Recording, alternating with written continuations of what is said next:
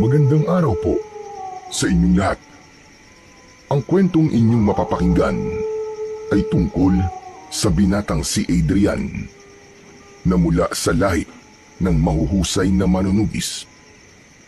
Simula nang mapatay ng mga aswang ang kanyang ama, ay ninais na niyang sa kanya ipapamana ng kanyang lolo ang espada at pakpak na lawin na isang sandata na pinaniniwala ang may mutya na pinagpasapasahan sa bawat henerasyon sa kanilang pamilya. Ngunit magagawa ba ni Adrian na patunayan sa lolo niya na siya ang karapat-dapat na susunod na tagapagmana ng espada, gayong minsan niya na itong binigo?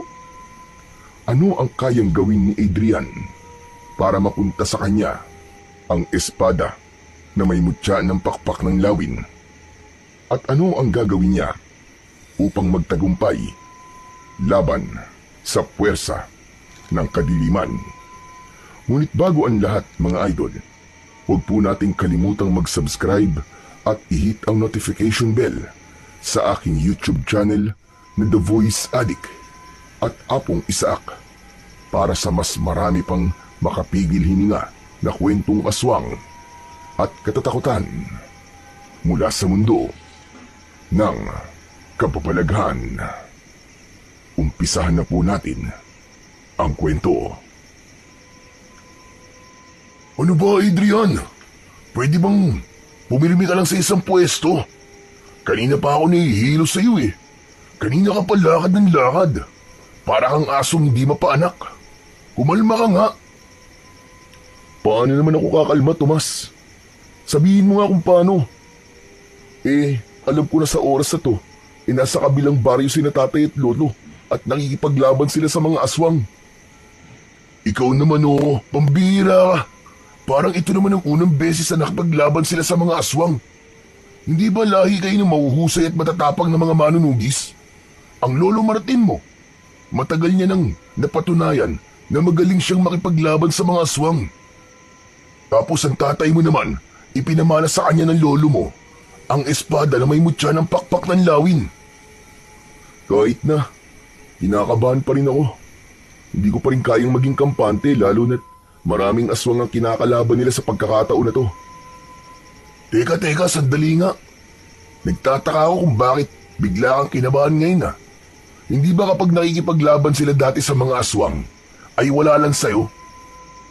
Hil ka lang dati. Kasi alam mo na palagi naman silang nananalo. Ano nangyayari sa'yo ngayon? Okay, sige. Sasabihin ko na sa'yo ang dahilan. Kagabi kasi, nanaginip ako na namatay daw si tatay sa pakikipaglaban sa mga aswang. Natatakot ako na baka magkatotoong panaginip na yun. Sasabihin ko sana yung kinatatay at lolo para bigyan sila ng babala. Pero hindi ko ginawa kasi naisip ko na baka pagtawanan lang nila ako . Alam mo naman na wala silang tiwala sa akin. Kasi nung sinanay nila ako para maging manunugis, ay puro kapalpakan lang ang mga ginawa ko. Ayun naman pala . Kaya pala nagkakaganyan ka dahil sa isang panaginip. Pero hindi mo ba alam ang sinasabi ng marami tungkol sa panaginip? Sabi nila, kung ano raw ang nakita mo sa panaginip, ay kabaligtaran na mangyayari sa totoong buhay. Kaya kung ako sa'yo, Adrian, kakalma na ako. Ibig sabihin, hindi mamamatay ang tatay mo at mahaba pa ang buhay niya. Sino ba nagsabi niyan sa'yo? Paano mo na sigurong totoong ganyang kasabihan? Basta sabi nila. Ang dami mo naman tanong, tol. Maniwala ka na lang sa akin, pwede ba? Ano kaya kung sumunod na lang ako kina tatay? Baka kung ano na talaga nangyayari sa kanila . Malapit na mag-umaga pero wala pa rin sila hanggang ngayon. Hindi naman tumatagal ng ganito kapag nakikipaglaban sila sa mga aswang . Kinakabahan na talaga ako. Hindi ang tatay mo mamamatay, tol, kundi ikaw kapag ginawa mo yan. Ano bang alam mo sa pakikipaglaban sa mga aswang? Di ba wala naman? Basta, dito lang tayo sa bahay nyo at hindi ka aalis, tapos. Pasalamat ka nga at sinamahan pa kita sa paghihintay sa tatay at lolo mo . Sus, kaya lang naman nandito kay para ikaw ang unang makakarinig ng kwento nila . Kilala kang tsismoso rito sa baryo natin eh. Hayaan mo na. At least, magagandang chismis lang naman ang ipinagkakalat ko. Hindi na muna nagsalita si Adrian. Dumungaw siya sa bintana at umasa na makikita niya na ang kanyang tatay at lolo na paparating. Ngunit bigo siya. Natatanaw na niya sa silangan ang unti-unting pagsikat ng araw. Totoo ang sinabi ng kaibigan ni Adrian na si Tomas. Ang angkan nila ay kilala bilang mahuhusay na manunugis ng mga aswang. Kada henerasyon ay hindi pwedeng walang ipapanganak na manunugis sa kanilang lahi. Ngunit tila naputol na yon kay Adrian dahil pakiramdam niya ay wala siyang kakayahan na maging kagaya ng kanyang ama na si Ado at ni Lolo Martin. Tuluyan nang sumikat ang araw. Nakatulog na si Tomas sa sala ng bahay ni na Adrian. Nakadungaw pa rin si Adrian sa bintana, ngunit hindi pa rin bumabalik ang tatay at lolo niya mula sa pakikipaglaban sa mga aswang sa kabilang baryo. Maya-maya pa, napabalikwas ng gising si Tomas. Pupungas-pungas itong lumapit kay Adrian. Ano na nangyari? Nakauwi na ba sina Lolo Martin? Wala pa rin sila, Tomas. Grabe, nag-aalala na talaga ako. Baka kung ano na nangyari sa kanila. Sus Santissima, hindi ka pa rin pala tapos sa mga paganyan-ganyan mo. Pustahan tayo, tol.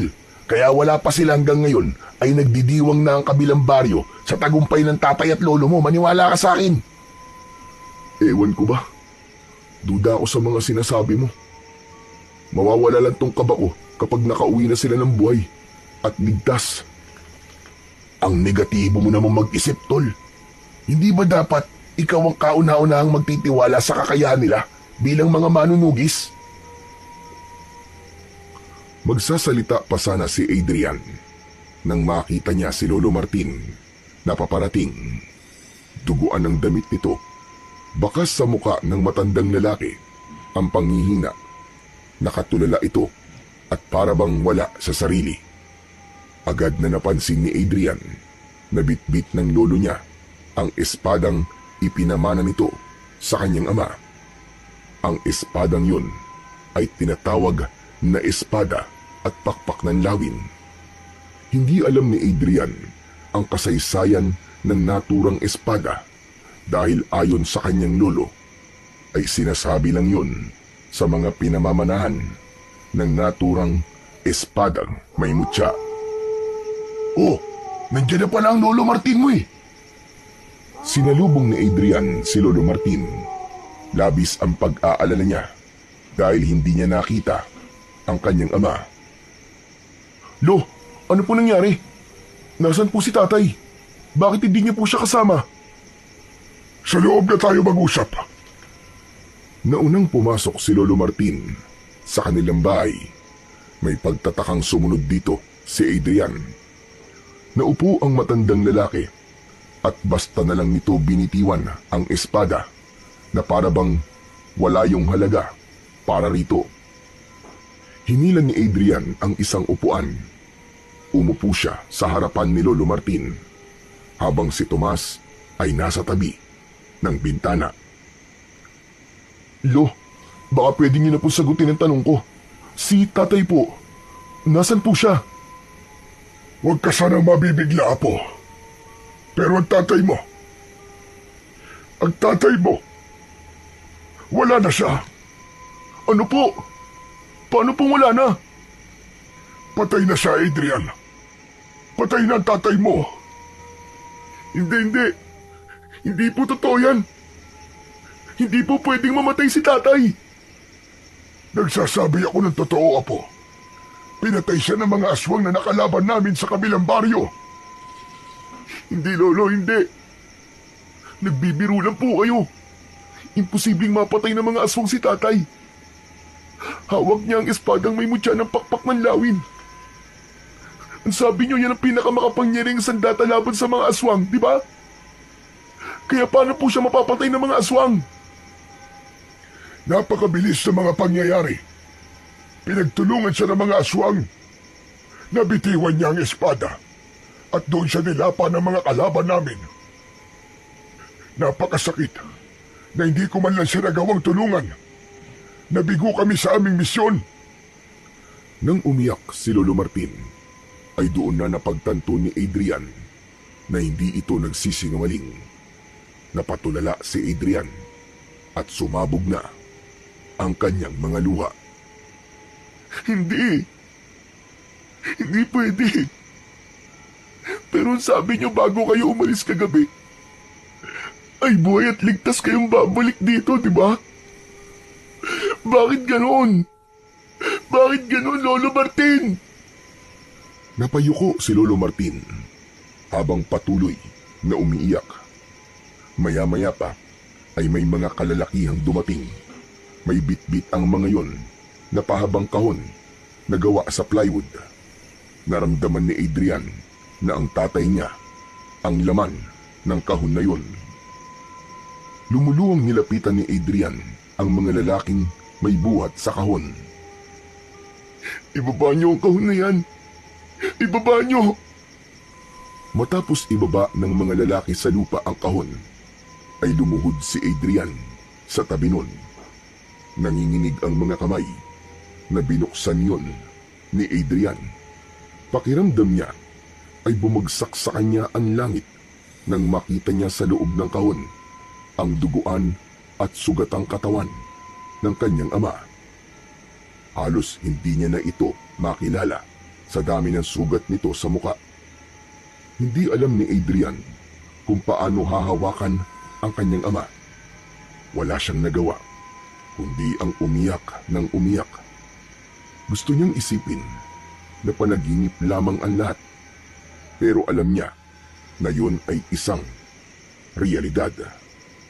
Wala na ang kanyang ama at habang buhay niya itong hindi na makakasama. Sa unang gabi ng lamay ng tatay ni Adrian ay dumagsa ang mga taong nais makiramay.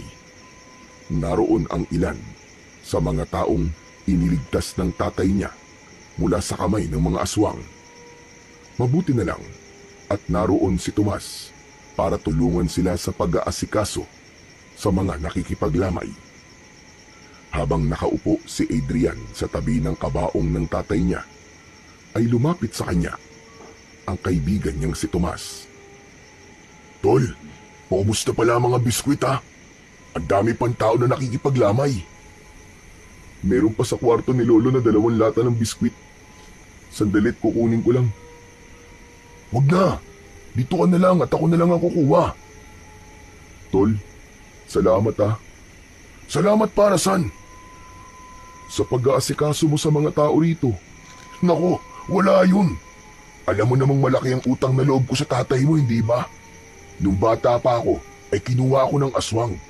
Ang tatay mo nagligtas sa akin, di ba? Kundi dahil sa kanya, aba, baka wala na ako ngayon dito. Napakarami talaga ng natulungan ni tatay, no?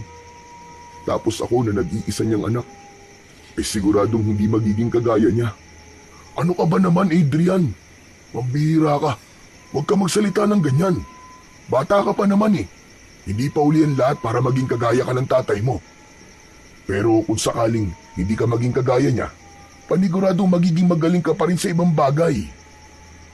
O paano? Kukunin ko na muna yung mga biskwit ha.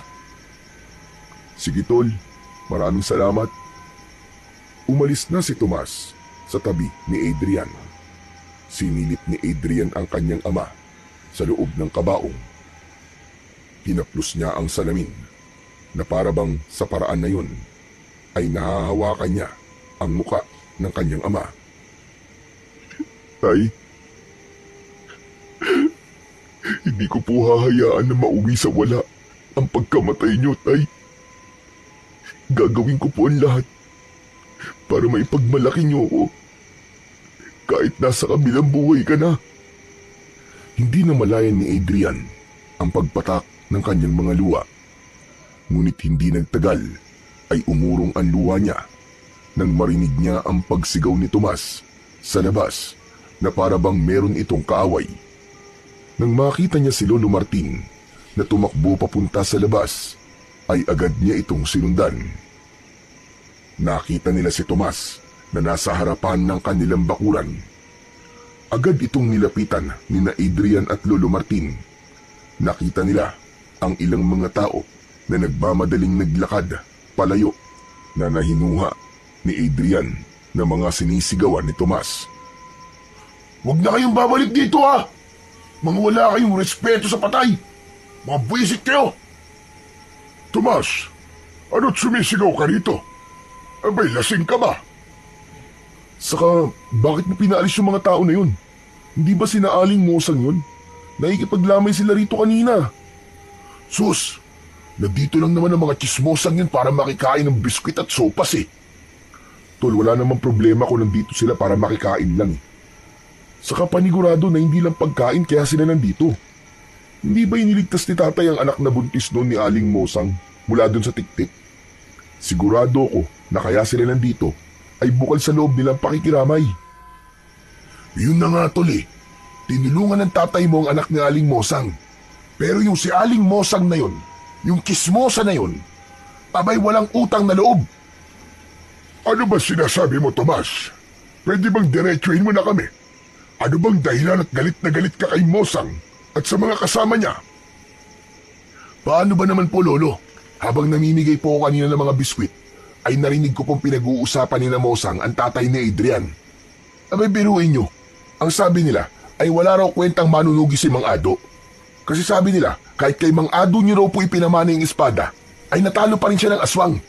At hindi lang yun, narinig ko mismo sa bibig ni Aling Mosang na sinisisi ng mga taga-kabilang baryo si Mang Ado kung bakit maraming namatay na tao ron. Umasa raw kasi ang mga tao kay Mang Ado, pero binigulang sila nito." Nababahalang tinignan ni Adrian ang kanyang lolo. Napansin niya ang galit sa muka ng matandang lalaki. "Lolo, totoo po ba yun? Sinisisi ng mga tao sa kabilang baryo si tatay." "Ang totoo ay ngayon lang nakarating sa akin ang sinabi ni Tomas. Hindi ko alam na sinisisi pala nila ang anak ko. Ginawa ni Ado ang lahat para maprotekta ng mga tao sa kabilang baryo, at sa kagustuhan niyang protekta ng lahat mula sa mga aswang, ay buhay niya ang naging kapalit. Isang beses lang nabigo ang tatay mo, Adrian. Isang beses lang sa napakaraming beses niyang nakapagligtas ng buhay ng iba. Tapos, ganun pa ang sasabihin nila sa anak ko." "Kaya nga po, Lolo eh. Hindi po ba pwedeng ang mas maraming pagtulong at magagandang bagay na nagawa ni tatay ang alalahanin nila kaysa sa kanyang pagkamatay?" "Nako, marami talagang ganyang tao, Tol. Magkamali ka lang ng isang beses, burado na kagad sa utak nila ang mga kabutihang nagawa mo. Sa ngayon, isang tabi muna natin ang bagay na yan. Ang mga tunay na nakikiramay na lamang ang pagtuunan natin ng pansin. Sige na." Matapos yun, ay bumalik na sa loob ng bahay sina Lolo Martin at Tomas.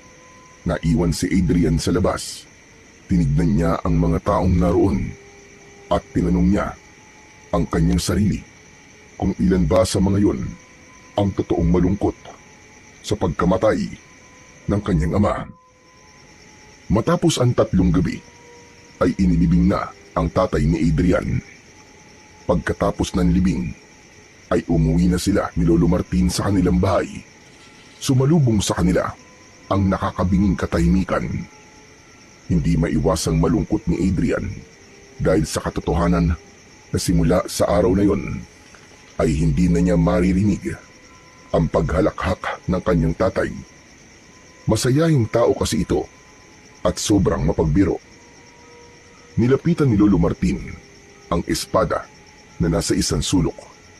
Puno pa rin yun ng natuyong dugo mula sa huling pakikipaglaban ng tatay ni Adrian sa mga aswang.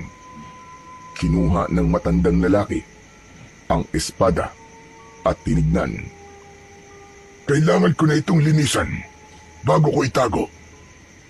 "Lolo, naalala ko po yung sinabi niyo dati na kapag ipinamana ang espada na yan sa karapat-dapat, ay walang aswang ang makakapatay sa may hawak ng espadang yan. Nagtataka lang po ako kung bakit namatay pa rin po si tatay. Mahirap matukoy ang tunay na kasagutan sa tanong mo na yan, Adrian. Pero kung uunawain nating mabuti ang nangyari, maaaring hindi karapat-dapat ang tatay mo sa espadang ito. Pero paano pong nangyari yun? Nag-iisang anak niyo lang po si tatay. Paanong hindi siya magiging karapat-dapat? Siya lang po ang natatanging susunod sa yapak niyo, hindi po ba? Sa totoo lang ay hindi ko rin alam. Minsan ang mga ganitong mahiwagan sandata ay mahirap unawain. Ngunit ang sabi sa akin ng tatay ko na siyang nagpamana sa akin ito noon, sa bawat henerasyon ng ating pamilya ay may isang lalaki na dapat magmanang ito. Nag-iisang anak ko nga ang ama mo, kaya sa kanya ko to ipinamana. Kaya nagtataka ako kung bakit hindi siya ang karapat-dapat. Hindi po kaya may pagkakataon na may paglaktaw na nangyayari? Halimbawa po sa isang henerasyon ay walang karapat-dapat, pero sa susunod po ay meron na. Hindi ko talaga alam, Adrian. Gaya ng sinabi ko, mahirap maunawaan ng mga mahihiwagan sandata na gaya ng espadang ito. Pero ngayong wala na po si tatay, ibig po ba sabihin ay kayo na ulit ang nagmamay-ari ng espada? Ganun na nga. Ngunit kailangan ko na itong maipamana. Matanda na ako, Adrian. Hindi na kaya ng aking katawan na gamitin at dalhin ang kapangyarihan itong taglay. Kung ganun, ipapamana niyo na po ba ang espada sa akin? Tama po ba? Adrian, ayoko makapagsalita sa inang masakit, lalo na't kakalibing pa lang ng iyong ama. Ayokong dagdagan ng sakit na nararamdaman mo ngayon. Alam mo na kung anong magiging kasagutan sa tanong mo. Nagbibiro lang naman po ako, Lolo. Alam ko naman po na hindi po ako ang karapat-dapat na maging tagapagmana ng espada na yan. Dahil wala naman po sa akin ng mga katangian para maging isang mahusay na manunugis. Kahit nga po ang tamang paghawak ng espada, ay hindi ko pa po alam. Kaya nga sana ay magkaroon ka na ng asawa. Nang sa ganun ay magkaroon ka na rin ng anak. Malay mo, ang anak mo pala ang susunod na magiging tagapagmana ng espadang ito. Pero Lolo, hindi ko po ba talaga malalaman kung ano pong kasaysayan ng espadang yan? Kahit po sana ang dahilan kung bakit po yan tinawag na espada na may mutya ng pakpak ng lawin, gusto ko pong malaman. Ikinalulungkot ko, pero hindi ko maaaring sagutin ang mga yan. Hindi ba't sinabi ko na sa noon na ang tagapagmana lamang ang pwedeng makaalam ng lahat ng tungkol sa espadang ito? Sayang naman, talagang nais ko po kasing malaman ang kwento po sa likod ng espadang yan. Sa ngayon, ay dito na natin tatapusin ang ating pag-uusap, Apo. Magpahinga ka na at alam kong ilang gabi ka na rin walang maayos sa tulog. Ako naman ay lilinisin ko muna ang espadang ito. Sige po, Lolo. Pagkatapos niyo po riyan, ay magpahinga na rin po kayo. Pumasok na si Adrian sa kwarto nila ng kanyang tatay. Sandali siyang tumayo sa gitna ng naturang silid upang pagmasdan ang mga gamit ng namayapa niyang ama. Nakasabit pa rin sa likod ng pinto ang paborito nitong jacket. Kinuha niya ang jacket at niyakap niya yon na parabang yun ang kanyang ama. Naluwa si Adrian nang mapagtanto niya na kahit isang beses ay hindi niya nagawang yakapin ang tatay niya noong buhay pa ito. Hindi rin niya nasabi rito na mahal niya ito. Masyado siyang naging kampante na marami pa siyang pagkakataon para gawin at sabihin yon. Ngunit nang biglaang nawala ang kanyang tatay, ay doon niya nalaman na totoo nga na napakaikli lamang ng buhay ng isang tao.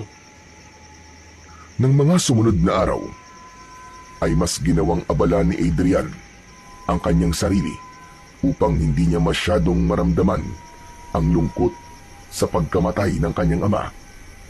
Kulang na nga lang ay buong araw siyang magtrabaho sa taniman ng mga gulay kung saan sila parehas na nagtatrabaho ni Tomas. Sa tuwing umuuwi kasi siya sa bahay nila at mag-isa siya sa kanyang kwarto, ay bumabaha ang alaala ng tatay niya at hindi niya maiwasan ang pag-iyak. Isang hapon, papalubog na ang araw, ngunit nagbubungkal pa rin si Adrian ng lupa sa taniman ng mga gulay. Lumapit sa kanya si Tomas na handa ng umuwi. Aba tol, ano pang ginagawa mo dyan? Oras na ng pag-uwi ah. Tapos na ang oras ng trabaho natin. Ipapaalala ko lang sa'yo na wala nang dagdag na bayad yung pag-o-overtime mo na yan. Mauna ka nang umuwi, Tomas. Mamaya pa ako. Tatapusin ko lang tong isang hilera ng taniman ng pechay para bukas ay pwede na tong taniman ng binhi. Nagtaka si Adrian nang kinuha ni Tomas ang isa pang piko at nagsimula na rin itong magbungkal ng lupa. Oh, anong ginagawa mo? Akala ko ba uuwi ka na? Mamaya na, tutulungan na kitang tapusin to para makauwi ka na rin. Tomas, hindi mo ako naiintindihan eh. Gusto ko talagang may ginagawa ako. Kapag kasi bakante ang utak ko, inaalala ko lang si tatay. Mas lalo lang ako nalulungkot. Naiintindihan kita, tol. Ganyan din ako nung namatay si nanay. Ginagawa kong abalan sarili ko para takasan ng lungkot. Pero alam mo ba, na mali pa lang ganun. Mali na takasan mo ang kalungkutan. Kailangan mo tong harapin para mas madali mo matanggap ang masakit na pinagdadaanan mo. Isipin mo na lang na ang kalungkutan ay parang aswang.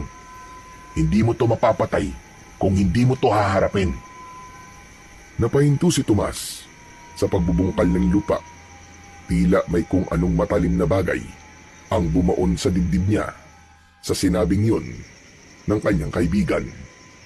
Napagtanto niya na simula nang mailibing ang tatay niya ay wala siyang ginawa kundi ang takasan ang kanyang kalungkutan. Kahit paano ay naliwanagan siya na dapat niyang harapin ang lungkot na yon hanggang sa masanay na siya at matanggap niyang wala na talaga ang tatay niya. Tol, di ba wala naman tayong trabaho bukas? Oo, wala nga. Bakit mo naman naitanong? Gusto mo bang mag-inom tayo mamayang gabi? Doon tayo sa bahay niyo. Aba, sige ba? Hindi ko tatanggihan yan. Matagal-tagal na rin hindi nasasayaran ng alak ang lalamunan ko. Nakalimutan ko na nga ang lasa nun eh. Tinapos na nilang dalawa ang pagbubungkal ng lupa. Nang matapos na sila roon, ay magkasabay na silang umalis sa taniman ng gulay at umuwi na sila sa kani-kanilang bahay. Pagsapit ng gabi, matapos maghapunan ay nagpaalam si Adrian kay Lolo Martin na magtutungo siya sa bahay ni na Tomas dahil mag-iinom sila. Pinayagan naman siya ng kanyang lolo at sinabi nito na huwag siyang iinom ng marami at huwag siyang masyadong magpapagabi. Bago magtungo sa bahay ni na Tomas, ay bumili muna si Adrian ng isang bote ng alak sa tindahan. Nang makarating siya kina Tomas, ay may mga baso at pinggan sa lamesang nasa harapan ng bahay ni na Tomas. Sakto na lumabas si Tomas na may dalang inihaw na tilapia. Yun! Sabi ko na nga ba't paparating ka na eh. Kaya naganda na ako. Nag-ihaw nga pala ako ng tilapia. Meron pa sa loob kasi alam kong kulang sa atin ang isang tilapia eh. Ayos yan, tol. Mas lalo tayong gaganahan yan sa pag-iinom natin kasi masarap ang pulutan natin. Sandali lang. Kukunin ko lang ang sausawan natin ha. Tuyo na may kalamansi ba? Oo naman. At maraming sili. Alam na alam mo talaga ang paborito ko, tol ha. Yan ang gusto ko sa'yo eh. Siyempre naman. Ano pat naging magkaibigan tayo simula pagkabata kung hindi ko pa alam kung ano-ano mga paborito mo. Sige na, kunin mo lang sausawan nang makapagsimula na tayo. Alak na ako eh. Natatawang inilapag ni Tomas ang inihaw na tilapia sa lamesa. Saka ito bumalik sa loob ng bahay. Inilapag na rin ni Adrian ang alak at umupo na siya. Nang bumalik si Tomas, nadala ang sausawan, ay agad nilang sinimulan ang pag-iinom.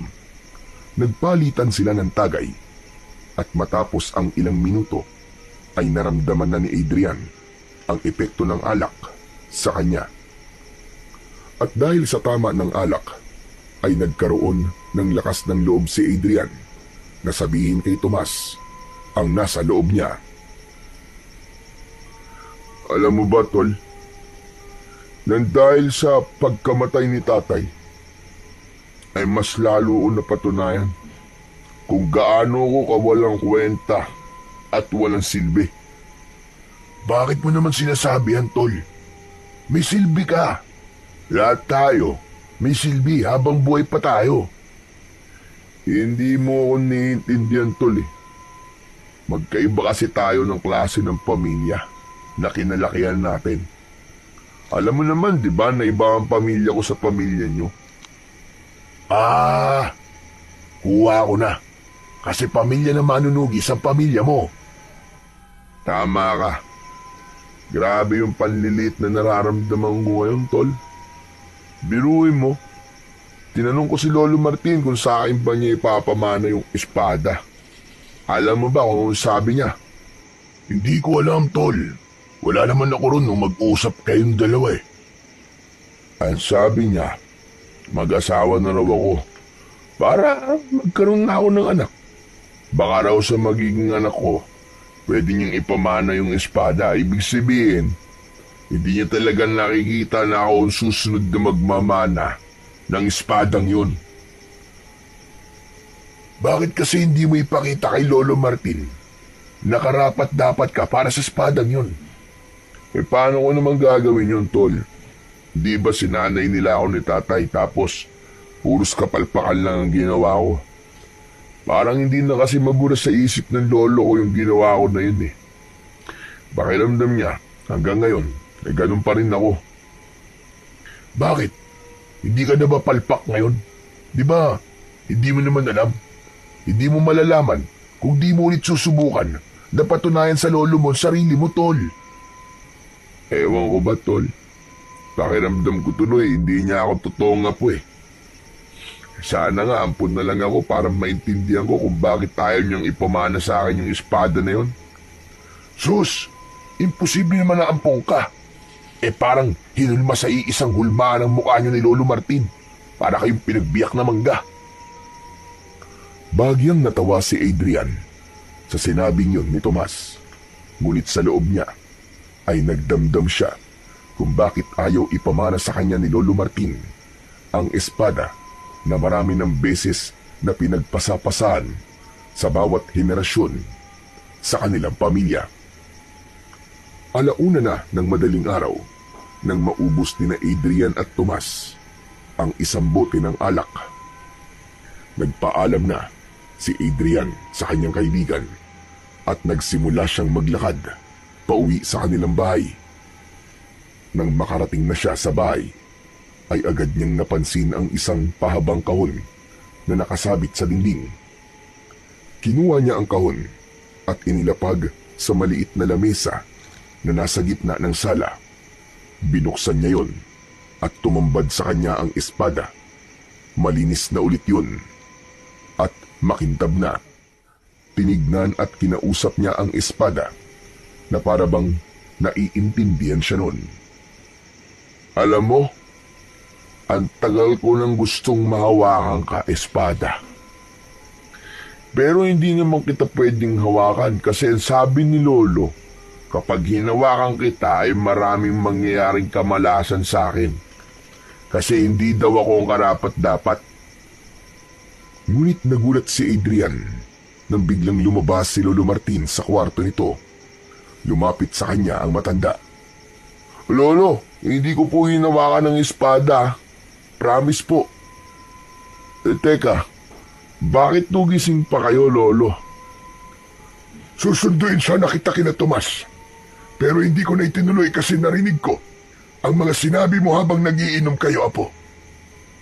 Alam ko na masama ang loob mo sa akin dahil hindi ko ipinamana sa iyo ang espadang yan.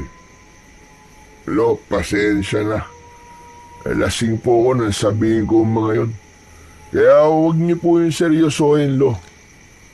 Hindi po masama ang loob ko sa inyo, promise. Huwag mo nang itanggi. Alam ko na ang mga sinabi mo kanina ay totoong nasa loob mo, Apo. Sana'y maunawaan mo na hindi ko basta-basta pwedeng ipamana sa iyong espada, lalo na't hindi ka pa handa.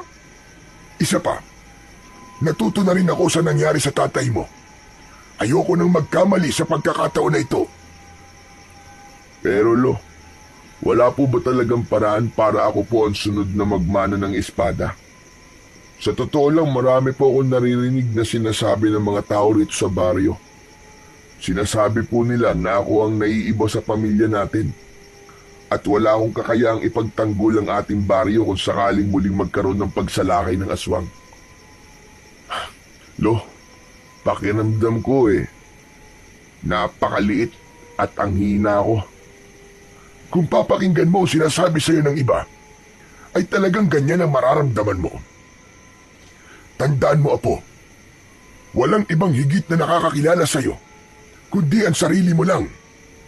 Ipakita mo sa akin, Adrian, na karapat-dapat kong ipagkatiwala o ipamana sa iyo ang espada. Teka. Ano pong ibig niyo sabihin? Binibigyan niyo po ako ng pagkakataon na muling patunayan ang aking sarili para sa espada? Tama ka, Adrian. Ngunit ito na ang huling pagkakataon mo. Kapag nakita ko na hindi talaga ikaw ang karapat-dapat, ay wala na akong magagawa, kundi ang maghintay ng panibagong sisibol sa henerasyon sa ating lahi. Maraming salamat po, Lolo. Hayaan niyo po at hindi ko sasayangin ang pagkakataong ibinigay niyo sa akin. Ipapakita ko po sa inyo na karapat-dapat po ako magmana ng inyong espada. Huwag mong sabihin, Adrian, kundi gawin mo. Magtitiwala ulit ako sa iyo. At sana, hindi ito usapan lasing. Oo, Polo. Naiintindihan ko po kayo. Sa naging pag-uusap na yun nila ng kanyang lolo, ay tila nawala ang pagkalasing ni Adrian. Nangako siya sa kanyang sarili na simula sa araw na yon ay ipapakita niya sa kanyang lolo na siya ang karapat-dapat na susunod na maging tagapagmana ng espada nito. Sa mga sumunod na araw ay nagsimula ng magsanay si Adrian nang mag-isa sa kanilang bakuran. Madalas ay umaga pa lang ay nagsisimula na siya. Bago siya pumasok sa kanyang trabaho, inalala niya ang mga itinuro noon sa kanya ng tatay niya. Hindi na niya alintana ang pawis at pagod dahil ang nais niya ay mapatunayan na kaya niyang maging tagapagmana ng espada ni Lolo Martin. Isang umaga, pumasok si Adrian sa trabaho na pagod dahil kakatapos lang niyang magsanay. Pagkakita ni Tomas sa kanya, ay napakunot ang noo nito. Oh, ano nangyari sa'yo, Tol? Hindi pa nga tayo nagsisimula magtrabaho mukhang pagod ka na. Nagsanay kasi ako bago pumasok Ano? Anong nagsanay? Nang ano? Sa pakikipaglaban sa mga aswang. Bakit mo naman ginagawa yon? Ang akala ko ba hindi ka susunod sa yapak ng tatay mo at lolo mo? Binigyan kasi ako ni Lolo ng huling pagkakataon para patunayan ang sarili ko, Tomas. Kapag nakita ni Lolo na karapat-dapat na raw ako, ay sa kanya ipapamana sa akin yung espada. Talaga? Totoo ba yan, Tol? Oo nga. Kailan ba ako nagsinungaling sa'yo? Pambihira ka. Maraming beses na, uy. Gaya nung bata pa tayo. Sinabi mo na kapag tinusok mo ng kawayan yung bahay ng mga bubuyog, ay magkakaroon ako ng kapangyarihan. Tapos ginawa ko naman, yun, pinutakti ako ng mga bubuyog. Hindi ba, nagmukha akong binugbog ng 10 demonyo nun? Iba naman yun seryoso ako, Tol. Kaya kailangan ko maging mahusay sa pakikipaglaban sa mga aswang. Saka gusto ko itong gawin bilang pag-alala sa tatay ko. Ayokong mauwi sa wala lang ang pagkamatay niya. Kailangan kong labanan ng mga aswang na siyang pumatay sa kanya. Kung ganun, sa sandaling sumalakay na ang aswang dito sa atin, ay makikipaglaban ka na? Ganun na nga, Tol. Kailangan kong gawin yun kasi sa ganung paraan ko lang may papakita kay Lolo Martin na handa na ako at kaya kong gamitin ang espadang yun. Pero ang tanong, sapat na ba ang pagsasanay na ginagawa mo? Ang ibig ko sabihin hindi ka man lang ba ginagabayan ni Lolo Martin? Hindi. Ang sabi niya kailangan ko daw yung gawin ng ako lang. Kaya hindi na ako nagtangkang humingi ng tulong sa kanya. Grabe, iba rin talagang determinasyon mo, tol. Pero sana ay magtagumpay ka sa gusto mo mangyari.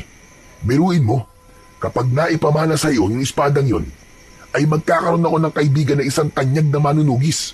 Siyempre, dapat dalhin mo rin ako kapag sikat ka na, di ba? Loko ka talaga. Hindi ang pagiging sikat kung bakit ko ito ginagawa. Una, gusto kong wag masayang ang pagkamatay ni tatay. At syempre, gusto kong ipakita sa mga tao rito sa baryo natin na mali sila sa mga sinasabi nilang hindi maganda sa akin. Yan, tama yan, pre. Hayaan mong kainin ng ibang tao rito ang mga sinasabi nila tungkol sa'yo. Lalo na yung aling mosang na yun. Narinig ko nga nung isang araw na ikinikwento niya sa mga katsismisan niya na paniguradong ikinakahiya ka raw ng tatay mo kasi walang pag-asa na maging katulad ka ni Mang Ado. Hindi pa rin pala tumitigil ang aling mosang na yun, ano? Hindi ko alam kung bakit niya yung ginagawa. Wala akong natatandaan na may nagawa ang pamilya ko sa kanya na hindi maganda. Naku, hayaan mo na nga siya, tol. Sadyang may mga tao lang talaga na ginagawang panghimagas ang chismis. Doon sila sumasaya. Ayaw mo ba nun? Nakakapagbigay ka ng kasiyahan sa ibang tao. Saka mga ganong klase ng tao, Chong. Sila yung mga malulungkot. Gusto nilang pinagpipiestahan at pinagtatawanan ng kahinaan ng iba. Pero sarili nilang mali, hindi nila nakikita. Tama ka, tol. Hindi ko na dapat pansinin ang mga gaya ni Aling Mosang kasi wala naman silang maitutulong sa akin. Ang dapat kong pagtuunan ng pansin ay ang maging biyasa sa pakikipaglaban. Para sa sandaling may pagkakataon na patunayan ko ang sarili ko sa espada, ay may ipapakita ko yung kay Lolo Martin. Nang dahil sa pakikipag-usap ni Adrian kay Tomas, ay nadagdagan ang tiwala niya sa kanyang sarili at mas lumakas ang kanyang loob na magtatagumpay siya sa bagay na nais niyang maabot. Nagpatuloy si Adrian sa kanyang pagsasanay. Isang umaga, pagkagising niya, ay agad siyang nagtungo sa likod ng kanilang bahay upang muli ay magsanay. Wala siyang pasok sa trabaho ng araw na yon, pero imbis na magpahinga, ay nagdesisyon siyang ilaan ang buong araw niya sa pag-iensayo. Sa gitna ng kanyang ginagawa, ay narinig niya ang pagtawag sa kanya ni Lolo Martin. Adrian, tumigil ka na muna dyan, apo. Halika't samahan mo ako mag-almusal. Ipinagtimpla na kita ng kape. Baka lumamig na yon. Mamaya na po ako mag-aalmusal, Lo. Magpapapawis lang po muna ako. Ikukondisyon ko po muna ang katawan ko para sa maghapong pagsasanay na gagawin ko. Lumapit si Lolo Martin kay Adrian. Kinuha nito ang kawayan sa kamay niya na ginagamit niya sa pagsasanay. Natutuwa ko sa dedikasyong ipinapakita mo para maging mahusay sa pakikipaglaban. Ang totoo ay lihim kitang pinapanood at humahanga ako sa mga nakikita ko sa iyo, apo. Kahit walang nagtuturo sa iyo, ay nagagawa mong paghusayin ang galaw mo sa bawat araw na lumilipas. Naku, maraming salamat po, Lo. Mas lalo tuloy lumakas ang loob ko dahil po sa sinabi niyo. Ang totoo nga po niyan, Lo. Inaalala ko lang po yung mga itinuro niyo noon ni tatay sa akin.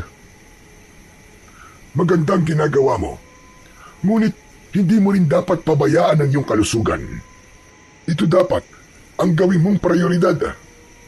Dahil walang silbi kung magiging mahusay ka nga sa pakikipaglaban, tapos mahina naman ang iyong katawan. Kaya dapat ay kumain ka ng sapat at sa tamang oras. Huwag ka mag-alala, dahil simula sa araw na ito, ay makakasama mo na ako sa iyong pagsasanay.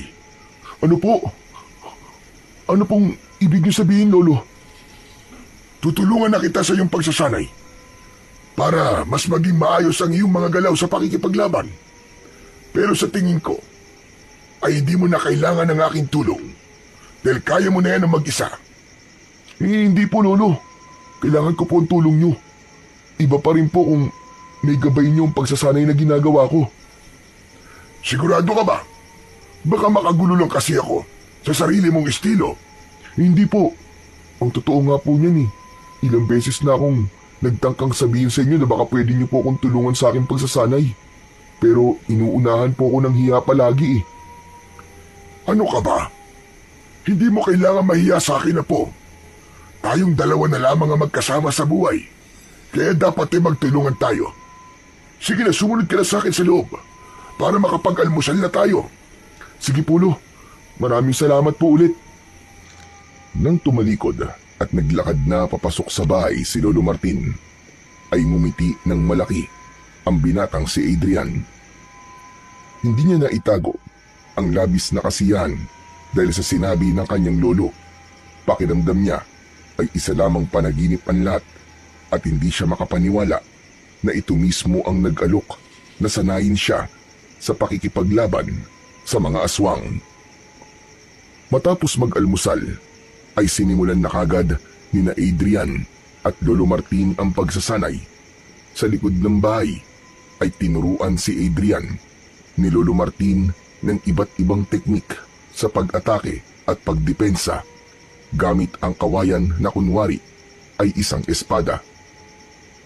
Habang lumilipas ang oras, naramdaman ni Adrian ang kasiyahan dahil hindi na siya basta pinapanood lang ni Lolo Martin dahil ito na mismo ang nagtuturo at gumagabay sa kanya. Sa bawat tamang galaw na nagagawa niya ay pinupuri siya nito, kaya mas lalong naging malakas ang determinasyon ni Adrian. Para sa binata, sapat na yun bilang senyales na unti-unti na niyang napapatunayan ang kanyang sarili at nakukuha na niya ang tiwala ng taong matagal nang nag-aalinlangan na ipamana sa kanya ang espada na may mutya ng pakpak ng lawin. Matapos ang kanilang pagsasanay, ay pagod na naupo si Adrian sa mahabang bangko na nasa ilalim ng puno ng mangga. Habol niya ang kanyang paghinga, pero masaya siya. Lumapit si Lolo Martin sa kanya. Kumusta? Marami ka bang natutunan sa pagsasanay natin ngayong araw? Napakarami po, Lo.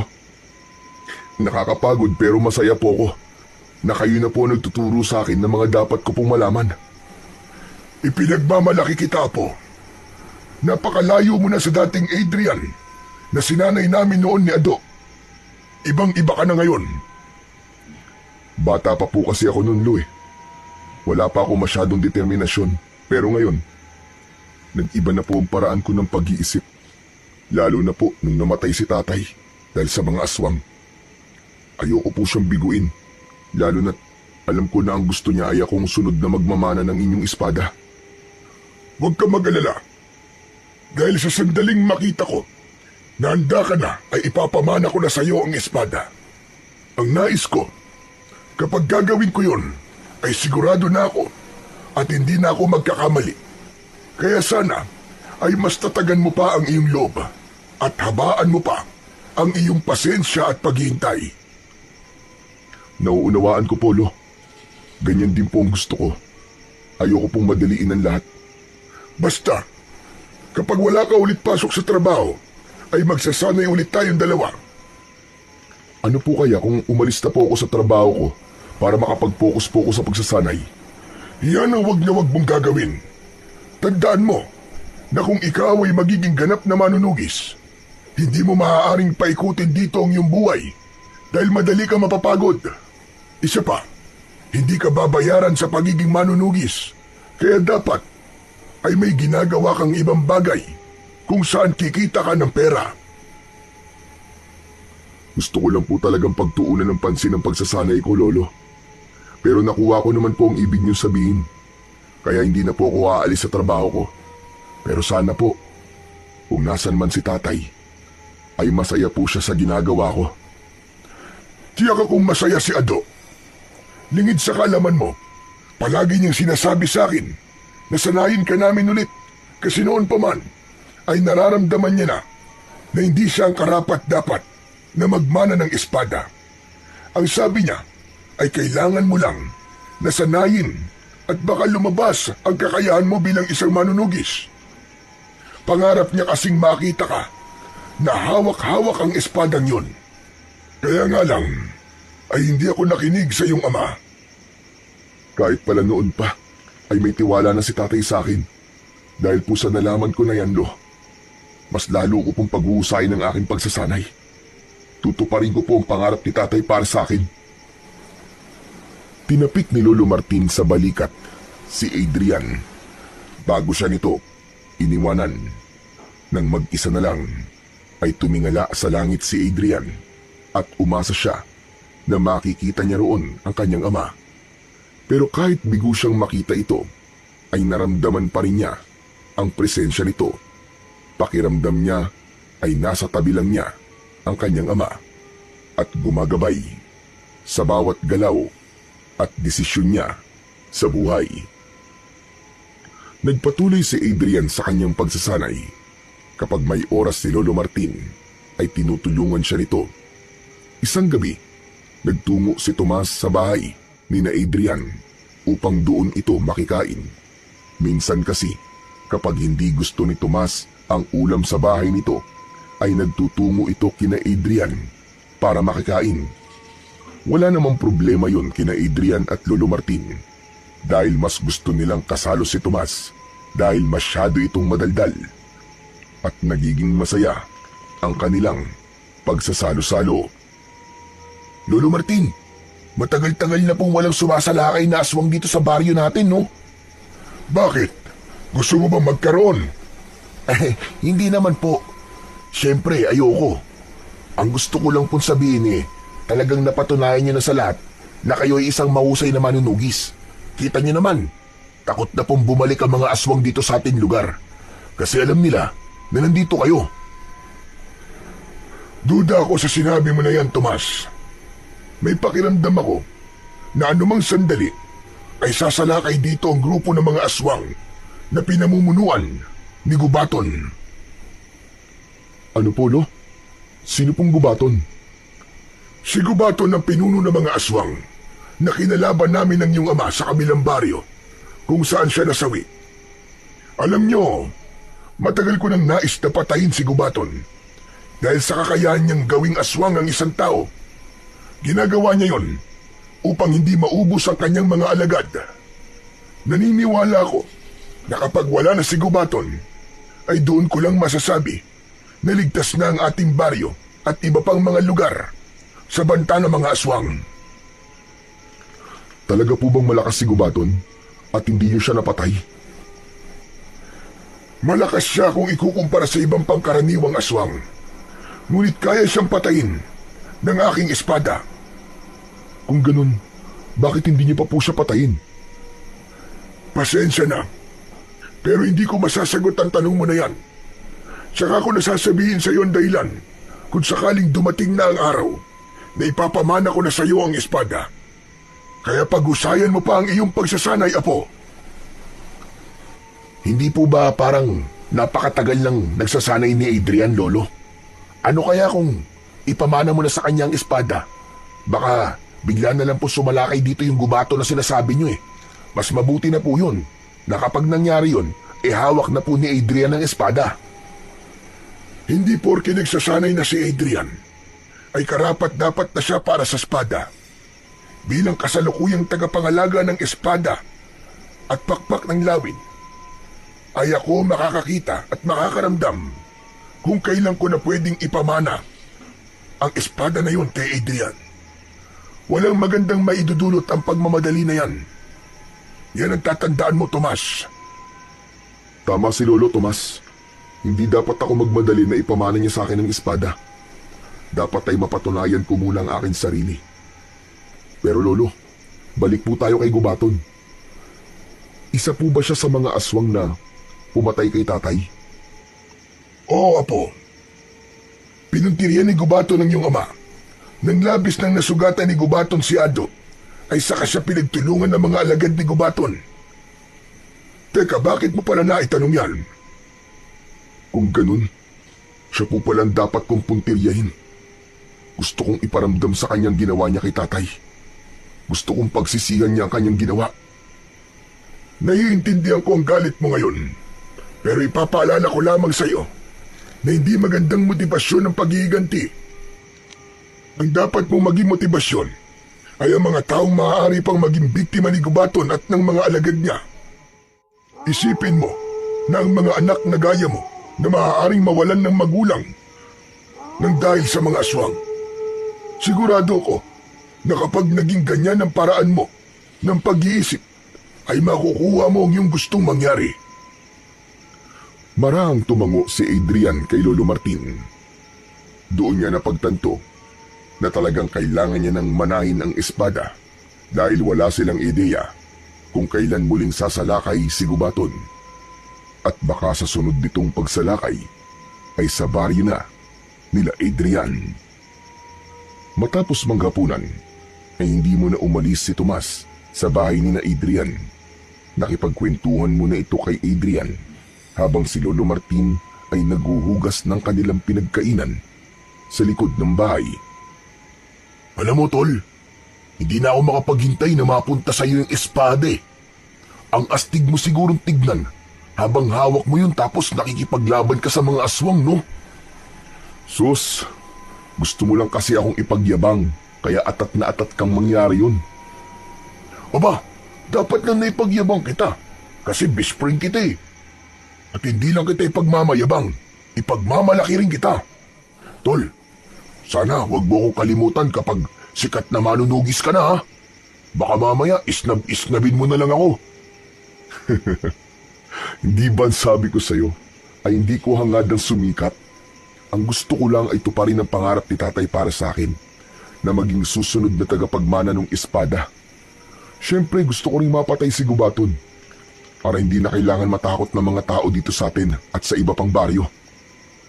Parang imposible naman kasing hindi ka maging sikat kapag naging kagaya ka ng tatay at lolo mo. Sigurado ako na marami ang hahanga sa'yo, kaya sana huwag mo kong kalimutan kapag nangyari yun. Oo na. Hindi kita kakalimutan para matahimik ka na dyan. Natawa si Tomas sa sinabi ni Adrian. Ngunit naputol ang pagtawa nito ng isang lalaki ang humahangos na dumating. Bakas sa mukha ng lalaki ang labis na takot. Ayon sa lalaki ay may mga bahay sa unahan ng baryo na sinasalakay ng aswang at kailangan ng tulong ni Lolo Martin. Hindi na kailangang puntahan ni Adrian sa likod ng bahay ang lolo niya dahil narinig nito ang sinabi ng lalaki. Kaya nagmamadali itong tumakbo papasok ng bahay. Nang lumabas ang matandang lalaki ay dala na nito ang espada at sa kabilang kamay ay isang matalim na itak. Inabot ni Lolo Martin ang itak kay Adrian, ngunit hindi niya yun tinanggap. Ito na ang pagkakataon mo para patunayan ang iyong sarili. Gusto ko na ikaw ang maging katulong ko sa pagharap sa mga aswang ngayong gabi. Lolo, hindi po ako sigurado kung handa na po ba ako makipaglaban eh. Hindi yan ang inaasahan kong sagot mula sa iyo.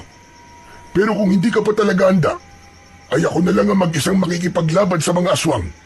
Sige na, pumasok na kayo sa loob at huwag muna kayong lalabas. Inilapag ni Lolo Martin ang itak sa mahabang upuan at saka ito tumakbo ng mabilis. Dala ang espada na may mutya ng pakpak ng lawin. Tol, anong ginawa mo? Bakit hindi mo tutulungan ng lolo mo? Hindi ko kasi alam kung kaya ko nang humarap at makipaglaban sa mga aswang eh. Ano pa't nagsasanay ka araw-araw, di ba? Halos 1 buwan ka na nagsasanay para sa kaalaman mo. Saka, hindi ba, ikaw na mismo nagsabi sa akin na iniintay mo ang pagkakataon na to? Paano kung ito na ang huling pagkakataon na ibibigay sa'yo ng lolo mo? Sige nga, paano kung maisip niya na hindi talaga ikaw ang karapat-dapat na susunod na magmamana ng kanyang espada kasi hindi mo siya tinulungan ngayong gabi? Sandaling natigilan si Adrian at tinignan niya ang itak. Nanginginig ang buong katawan niya dahil samot-saring emosyon ang kanyang nararamdaman. Tama ka, Tol. Baka nga kapag wala akong ginawa ngayong gabi ay magdesisyon si Lolo na wag nang ipamana sa akin ng espada. Natatakot ako, pero kailangan ko makipaglaban sa mga aswang. Hindi ko pwedeng hayaang mahirapan si Lolo na mag-isang lumaban sa mga aswang. Yan, ganyan nga. Ano pang ginagawa mo rito? Kunin mo na ang itak at sundan mo na ang lolo mo. Bilisan mo! Hindi na nagsalita si Adrian. Dinambot niya ang itak at saka tumakbo papunta sa direksyong pinuntahan ng kanyang lolo. Malayo pa lang ay dinig na dinig niya ang sigawan ng mga taong inaatake ng mga aswang. Nang makarating siya sa unahang bahagi ng baryo, ay nakita niya si Lolo Martin na nakikipaglaban sa mga aswang. May ilang kalalakihan naman na tumutulong dito. Dapat lang natulungan ko si Lolo sa pakikipaglaban. Ang ibang tao nga tinutulungan siya. Dapat ako rin, na apo niya. Tumakbo si Adrian papalapit kay Lolo Martin. Nagulat ang matanda nang makita siya. Adrian, apo! Ano ginagawa mo rito? Akala ko ba hindi ka pa handang makipaglaban? Lo, naisip ko po na tama kayo ni Tomas. Pagkakataon ko na po to para ipakita sa inyo na karapat-dapat akong sumunod sa inyong yapak. Mabuti naman at natauhan ka na. Pero mag-iingat ka po. Mababangi sa mga aswang na ito. Mabilis ang mga aswang at sabay-sabay sumugod ang mga yun. Naghiwalay sina Adrian at Lolo Martin. Isang aswang ang umatake kay Adrian. Agad siyang nakaramdam ng takot at halos mabitiwan niya ang kanyang hawak na itak. Nakaiwas siya nang muntik na siyang sunggaban nito. Tinaga niya ang aswang sa dibdib na naging sanhi para malakas siyang mapahiyaw. Sa pag-ikot ng mga mata ni Adrian, ay nakita niya si Lolo Martin na pinagtutulungan ng 3 aswang. Sinunggaban ito ng isang aswang, kaya natumba ito at kumawala sa kamay nito ang espada. Sabay-sabay na sinunggaban ng 3 aswang si Lolo Martin. Pakiramdam ni Adrian ay dinidurog ang puso niya sa malakas na sigaw ng matanda.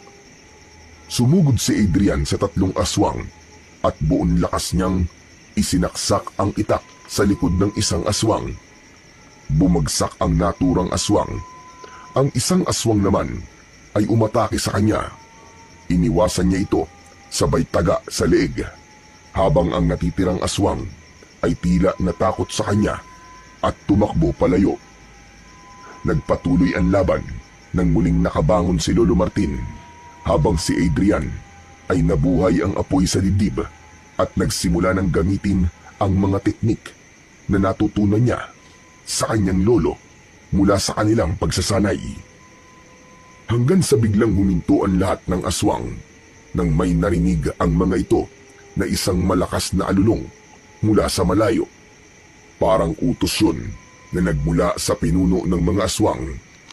Isa-isang umatras ang mga aswang hanggang sa tuluyan ng nilamon ang mga yun ng dilim. Ang unang nilapitan ni Adrian ay si Lolo Martin. Duguan ito at puno ng sugat sa katawan. Bakas sa mukha ng matanda ang panghihina. Lolo, kailangan ko po kayong daling kay Mang Tasyo. Kailangan magabot po mga sugat nyo. Unahin mo na munang tulungan ng ibang mga sugatan. Sige na, kaya ko ang sarili ko, apo. Pero Lo, sige na. Sundin mo na lang ang utos ko sa'yo. May pag-aalinlangan na binitiwan ni Adrian si Lolo Martin. Tumalikod na siya upang tulungan ang iba pang mga sugatan.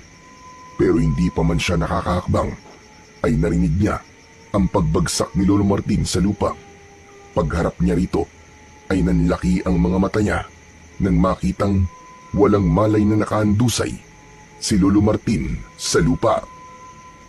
Puno ng pag-aalalang binalikan ni Adrian ang matanda.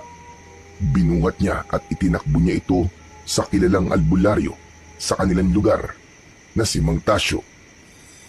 Pagdating nila Adrian at Lolo Martin sa bahay ng albularyo, ay agad na nilapatan ng lunas ng manggagamot ang mga sugat ni Lolo Martin. Kahit paano ay nabawasan ang pag-aalala ni Adrian nang sabihin ni Mang Tasyo na buhay pa ang kanyang lolo. Ayon dito, ay masyadong maraming sugat ang natamo ni Lolo Martin, kaya ito nawalan ng malay. Matapos magamot ng albularyo si Lolo Martin, ay inuwi na ito ni Adrian sa kanilang bahay. Nagpatulong siya sa kaibigan niyang si Tomas na ihiga ang wala pa ring malay na si Lolo Martin sa kama nito. Tol, ano nangyari kay Lolo? Buhay pa ba siya?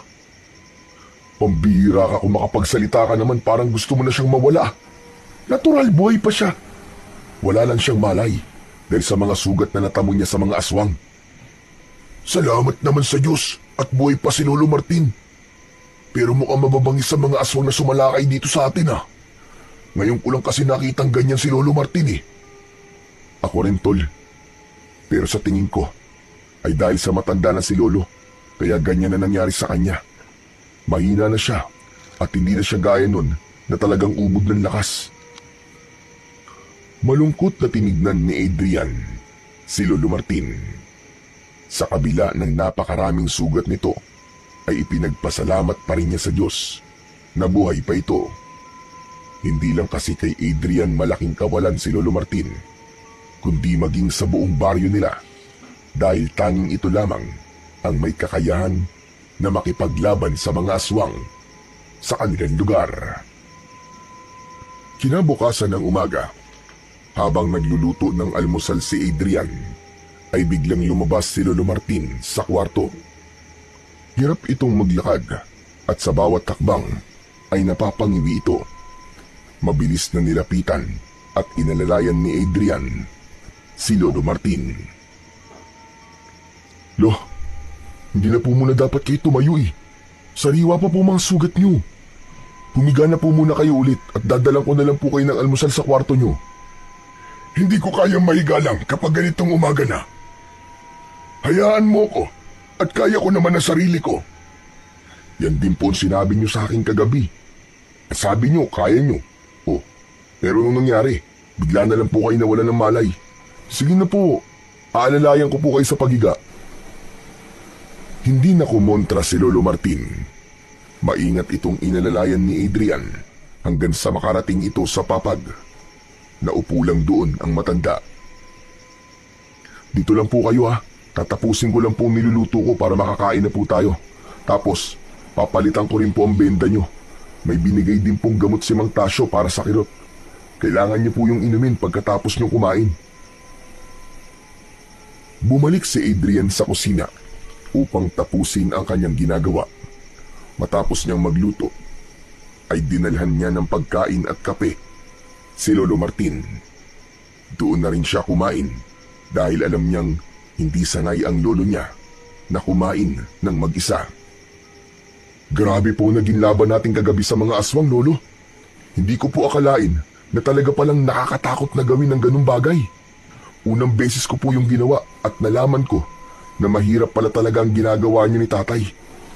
Kaya mas lalo pong tumaas ang paghanga ko sa inyong dalawa. Ako rin.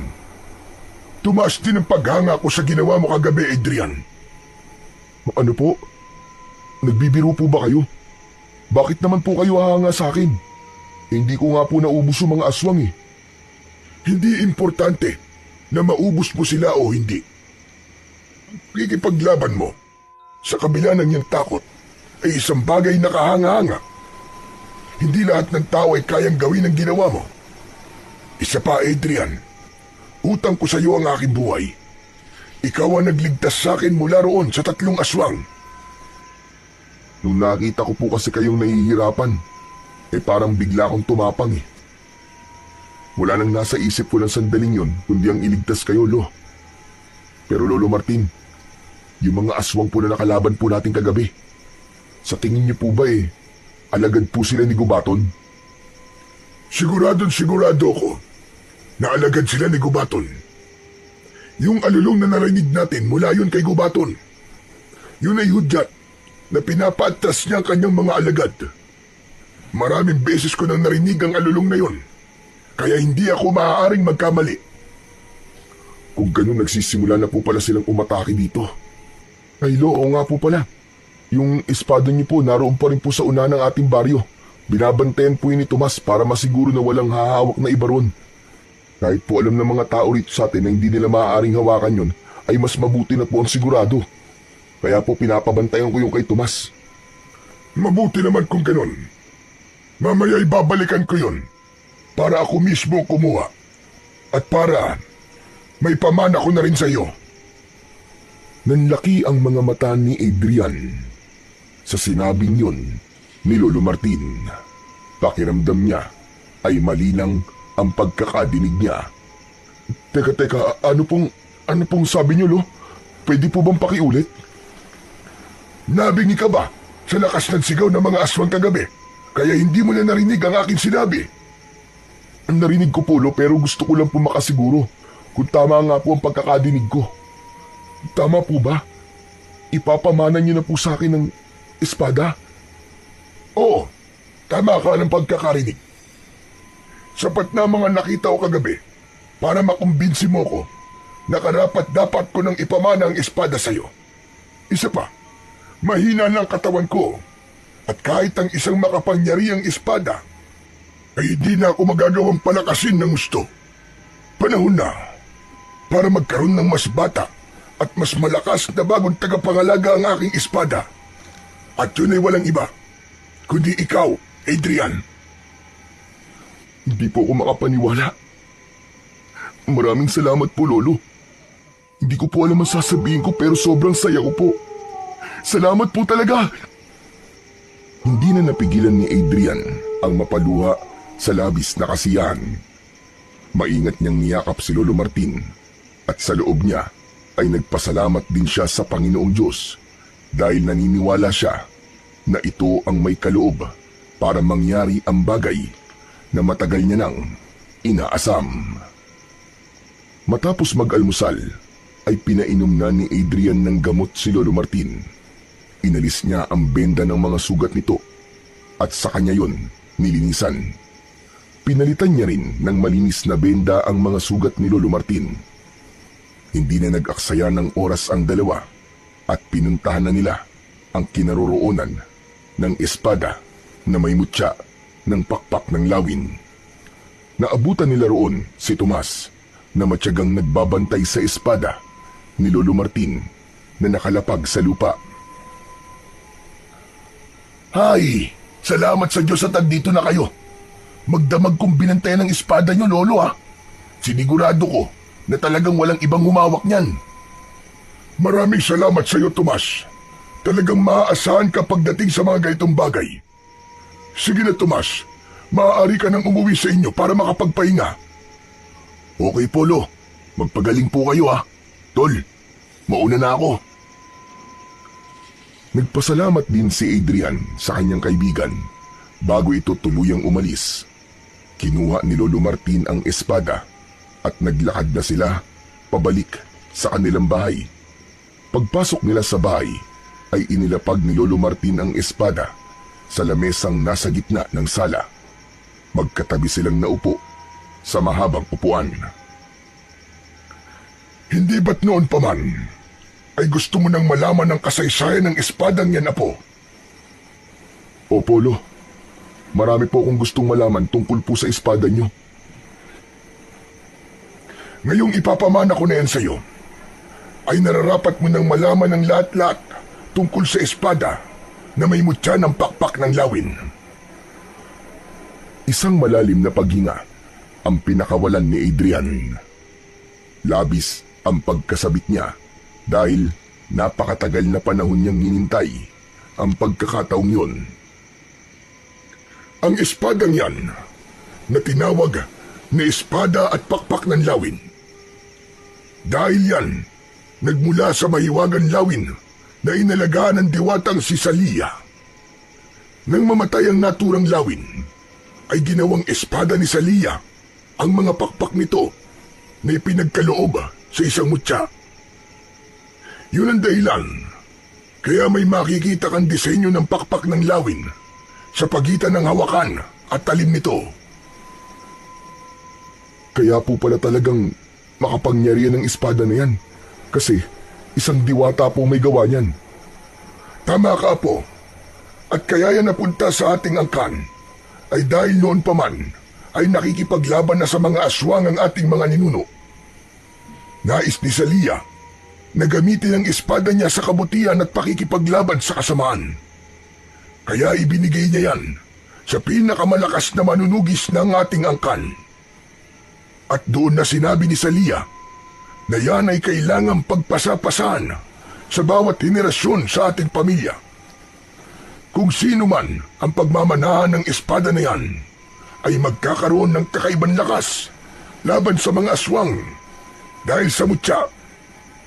Ngunit gaya ng akin sinabi noon, kapag napunta ito sa hindi karapat-dapat, hindi may bibigay ng espada ang buong kapangyarihan nito sa may hawak dito.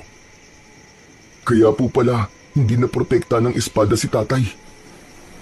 Ngayon ay talagang nauunawaan ko ng hindi talaga siya ang karapat-dapat. Yan din ang napagtanto ko sa aking pagninilay-nilay.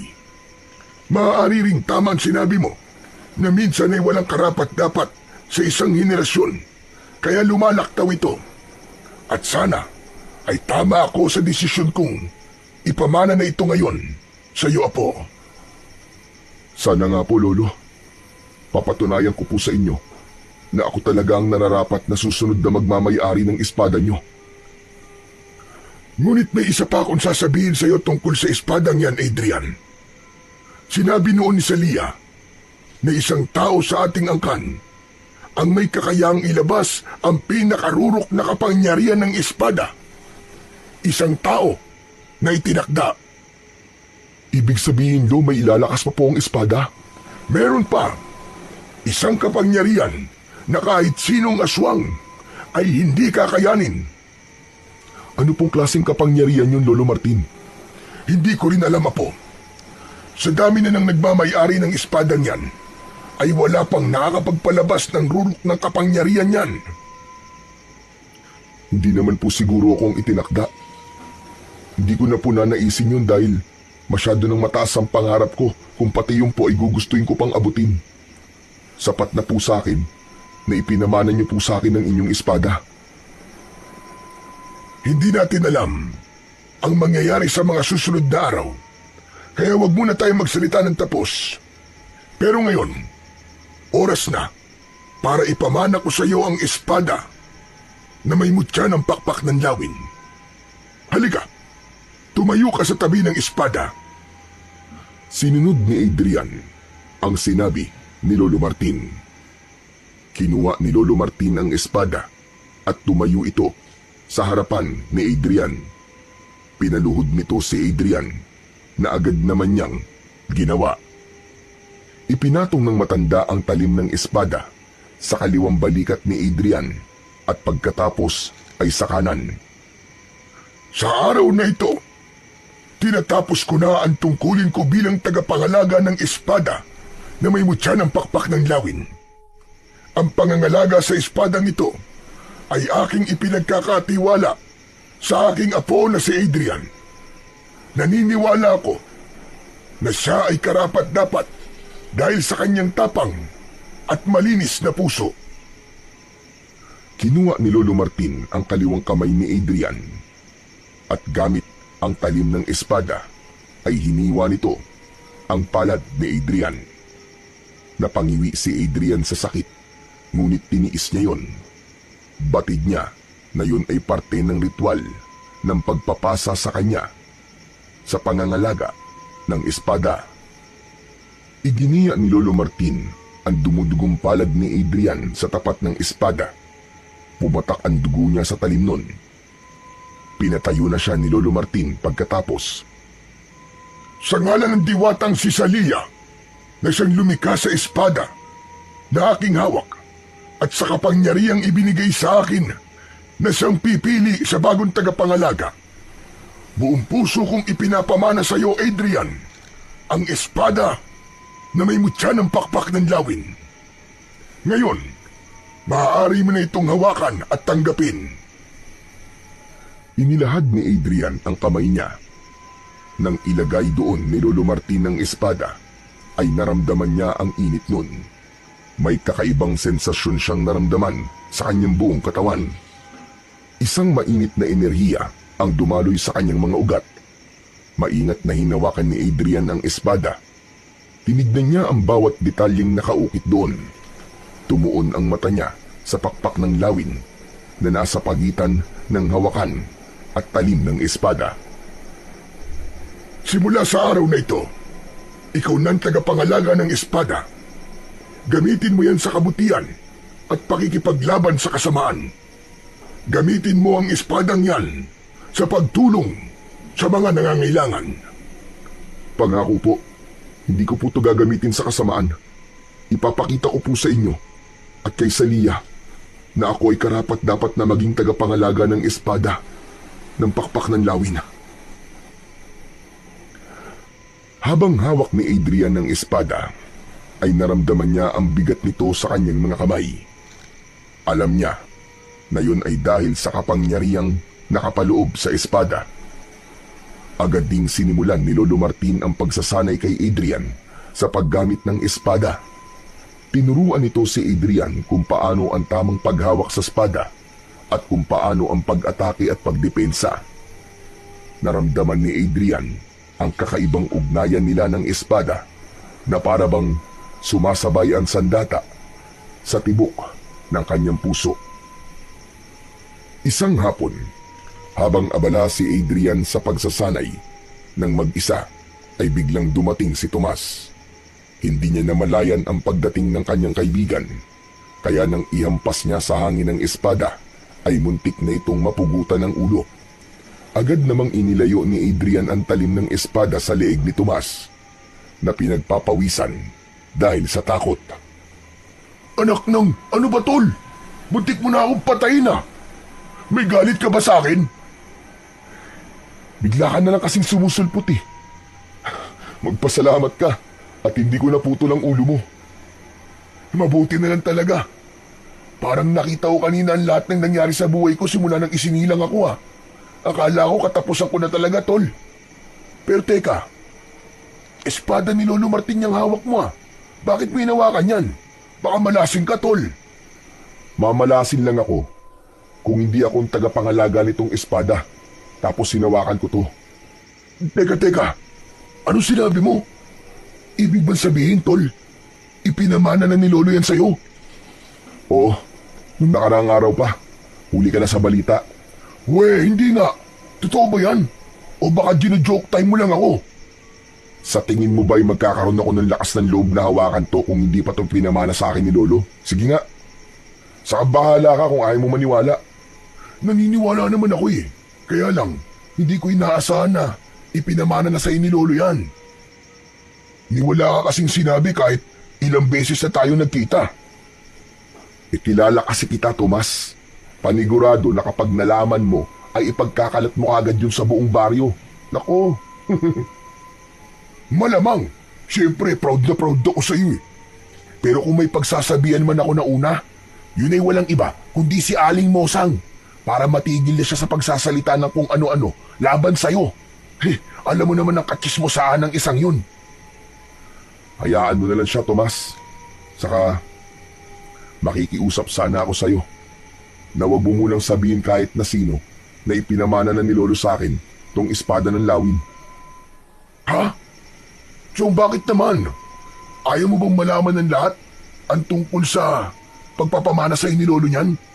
Para naman masupalpal lahat ng may hindi magagandang sinasabi sa'yo. Wag muna, Chong.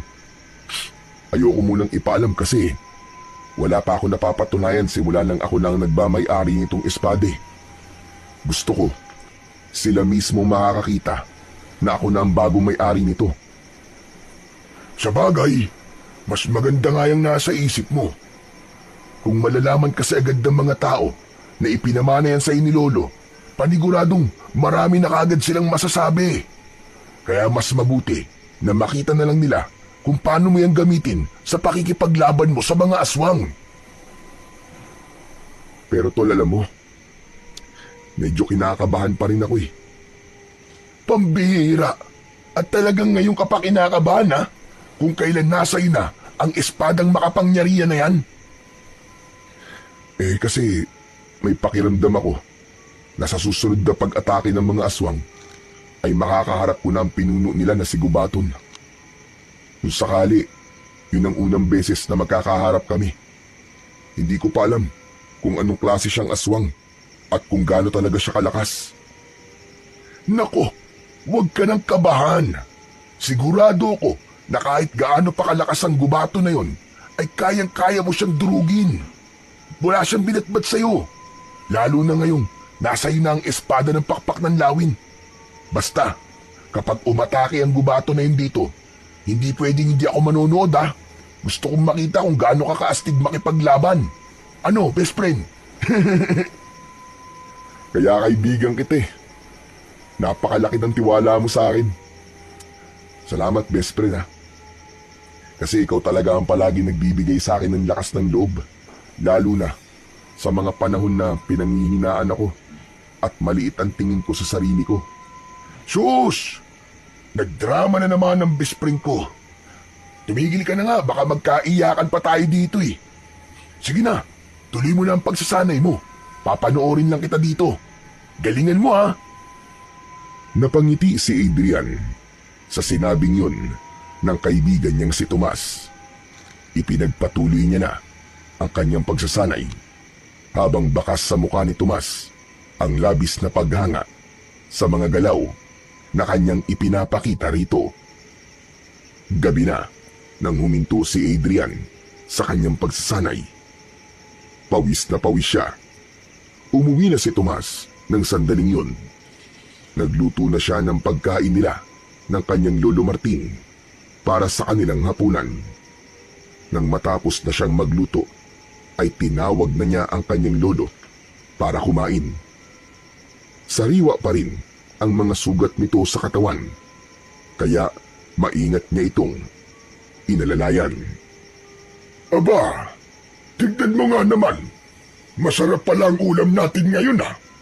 Sinigang na baboy, tapos may sawsawang pampatis na nilagyan ng sili at kalamansi. Tama po kayo. Alam ko po kasi na paborito niyo yan, Lu eh.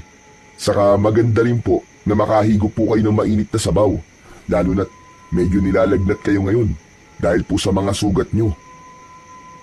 Maraming salamat, Apo. O ano? Kumusta pala ang pagsasanay mo? Maayos naman po, Lolo Martin. Sanay na po akong gamitin ng espada. Gamay ko na po. Nung una po kasi, parang napakabigat niya. Nangangalay po ako. Huwag kang mag-alala. Ganyan din ako nung unang beses kong ginamit ang espada na yon. Napakabigat niya. Pero hindi nagtagal, ay nasanay din ako. Sa gitna ng pag-uusap nina Adrian at Lolo Martin, ay narinig nila ang sigawan ng mga tao sa labas. Wari hinahabol ang mga ito. Agad na nilukob ng labis na pagkabahala at takot si Adrian, at ang unang pumasok sa utak niya ay muli na namang sumasalakay ang mga aswang sa kanilang baryo upang mambiktima o pumatay ng mga tao. Nanlalaki ang mga matang tumingin si Adrian sa kanyang Lolo Martin na noon ay nakatingin lamang sa kanya.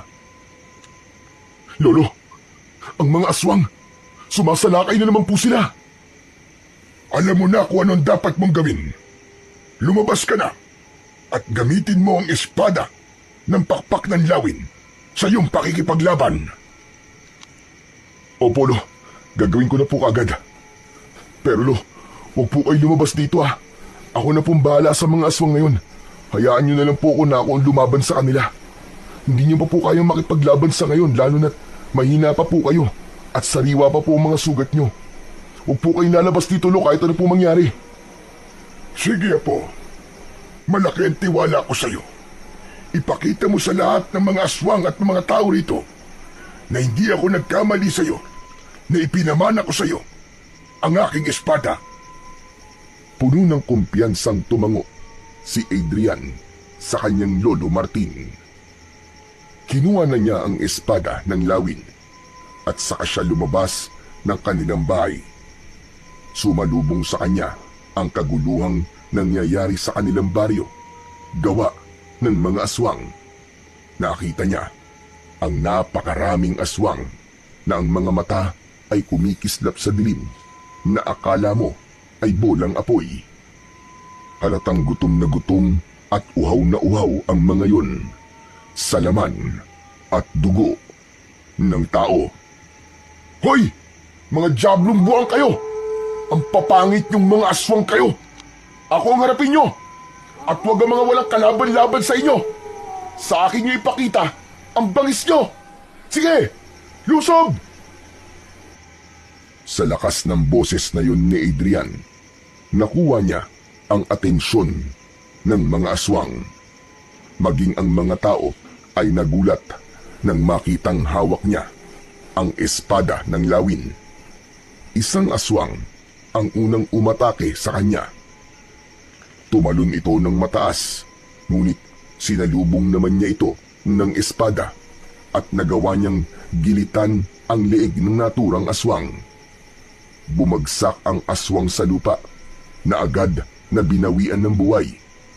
Kasunod noon ay 3 pang aswang ang umatake mula sa harapan niya. Hindi umatras si Adrian.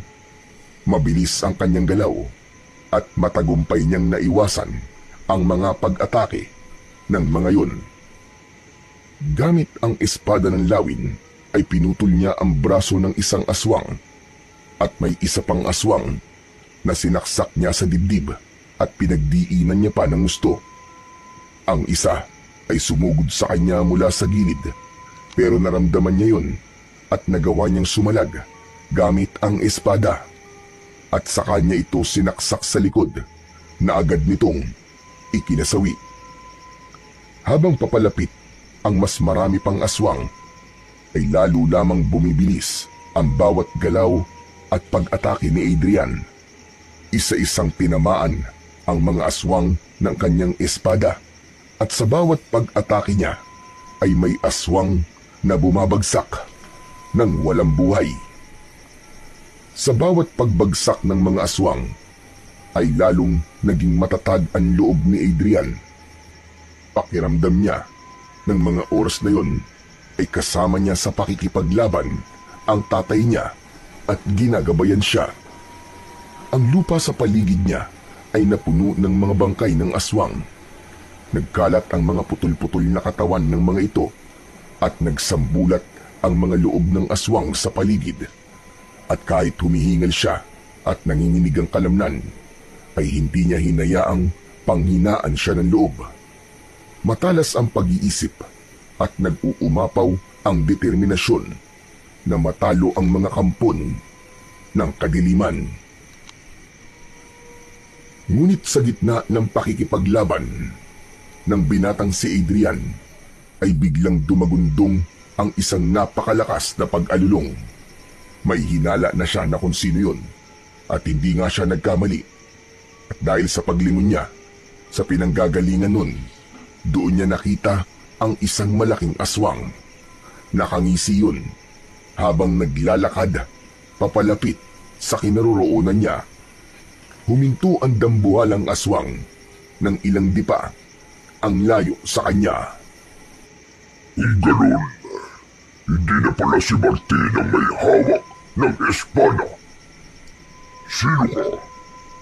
Ipakilala mo ang iyong sarili sa akin. O si Adrian, ako ang anak ni Ado na pinatay mo. Si Ado, ang manunugis na akin nang pinaslang. Hindi mo alam kung gaano ko nasiyahan nang makita ko ang kanyang kamatayan sa aking harap. At sigurado ko na ganun din ang aking mararamdaman sa pagpatay ko sa iyo, Kutong Lupa. Walang hiya ka. Kutong Lupa pala. Tandaan mo, walang malaking nakakapuwing at hindi ko hahayaan na gawin mo sa akin ang ginawa mo sa aking ama. Sisiguraduhin ko na ngayong gabi magaganap na ang iyong katapusan at magsasama na kayo ni Satanas sa impyerno. Matapag ka. Yan din ang sinabi sa akin ng iyong ama bago siya mamatay. Ngunit tignan mo kung nasan siya ngayon. Nasa kabilang buhay na siya. At ganun din ang mangyayari sa'yo. Ngunit pahihirapan mo na kita bago kita patayin. Huwag masyadong mataas ang tingin mo sa sarili mo.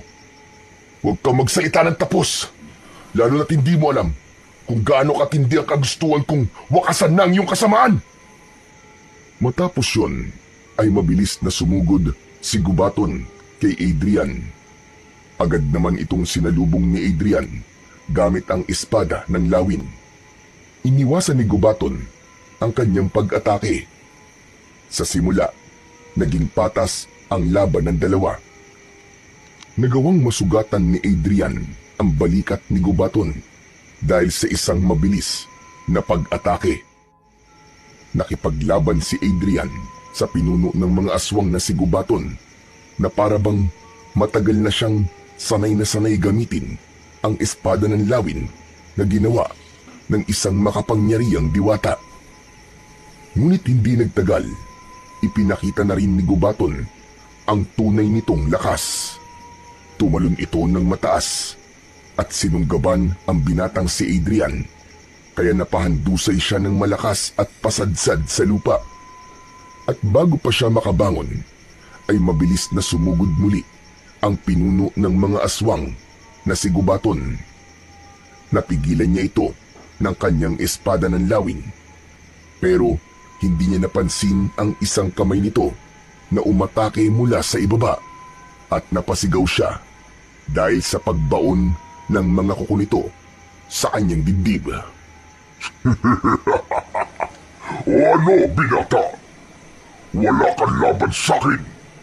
Daya ka lang ng iyong ama na mahinang nilalang. Parehas lamang kayong hindi karapat-dapat sa espada niyan. Mga walang binatbat, mga walang silbi. Hindi nagsalita si Adrian. Tinignan lang niyang mabuti ang kalaban niyang pinuno ng mga aswang at pinakiramdaman ang bawat paggalaw ng katawan nito. Animo ay inaaral niya at humahanap ng tiyempo upang umatake. At sa isang iglap, bumuelo siya at nagawa niyang sugatan sa tagiliran si Gubaton. Ngunit nagalit lalo si Gubaton. Hinablot nito si Adrian at ibinalibag sa malayo. Nabitiwan ni Adrian ang espada ng lawin. Nang subukan niyang abutin ng espada, ay mabilis naman na tinapakan ni Gubaton ang kanyang kamay na animo ay nagpapatay ng upos ng sigarilyo.